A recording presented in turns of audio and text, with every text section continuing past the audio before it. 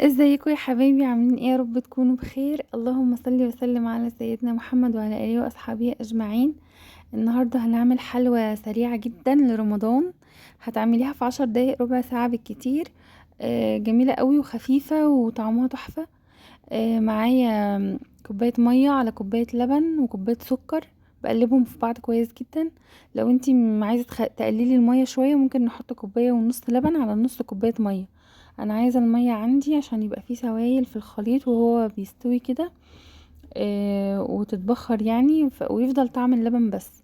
لو عايزة تستبدلي يعني كوباية المية بنص كوباية بس، وتخلي اللبن كوباية ونص، مفيش مشكلة. بندوبهم في بعض كويس جدا. وبجيب عندي كوباية سميد خشن، نوع يكون كويس من اللي بنعمله في البسبوسة يعني. بجيب معلقتين سمنة ومعلقة زبدة في طاسة وبسخنهم كويس قوي. وبعد او معلقتين زبدة ومعلقة سمنة على حسب الموجود عندك. وبعدين بحمر السميد في الزبدة والسمنة على نار يعني ايه هادية، مش عايزاه يتحرق مني ولا يشيط. انا عايزاه بس ايه ياخد تحميرة ولون يصفر خفيف كده، ويبقى ايه ريحته جميلة كده، ما يشطش معاكي ولا يتحرق ولا تعلي عليه النار ولا كده. هنحمره كويس في الزبدة والسمنة.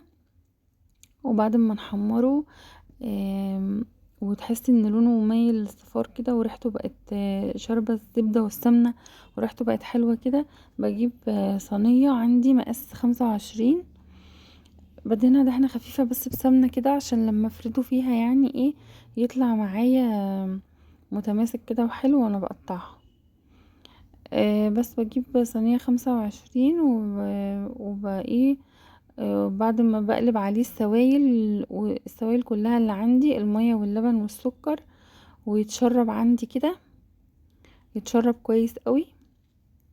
وتحسي ان السوائل اللي اتبخرت منه كده والقوام تقل كده، وبقى زي البسبوسة لما بتعجنيها كده في الصينية.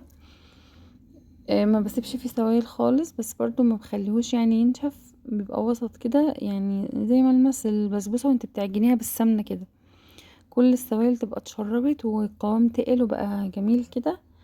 بروح جايبه الصينيه ال25 دهنه فيها السمنه، واجيب القوام بعد ما تقل كده وبقى حلو، وبروح قلب الخليط في قلب الصينيه، وببططه بقى كويس كده وايه واسيبه يبرد. ولو عندي مثلا جوز هند، لو انتي حابه جوز هند، او يعني اللي عندك بيحبوه، رشي رشه كده فوق الوش قبل ما اعمل الطبقه التانية. لو مش حابه ما تحطيش جوز هند يعني.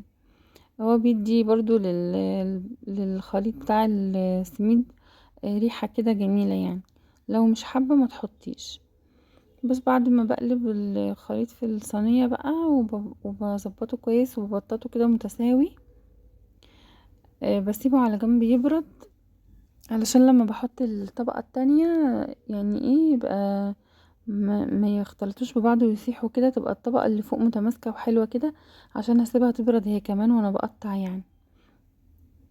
وبجيب بقى عندي بعد ما بسوي الصينية واسيبها كده في جنب تبرد، بجيب عندي الطبقة التانية في كسرولة كوبايتين لبن، و 3 معالق نشا، و4 معالق سكر او 3 معالق سكر على حسب ما انتي بتحبي. لو حباها يعني ايه مظبوط يبقى 3 معالق، لو مسكر سنة كده يبقى 4 معالق سكر. وبقلبهم مع بعض كويس قوي على البارد كده،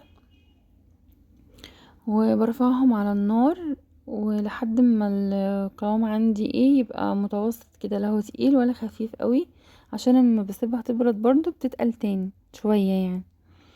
بس القوام يبقى متوسط كده وحلو، واسيبه بقى يبرد على جنب شوية.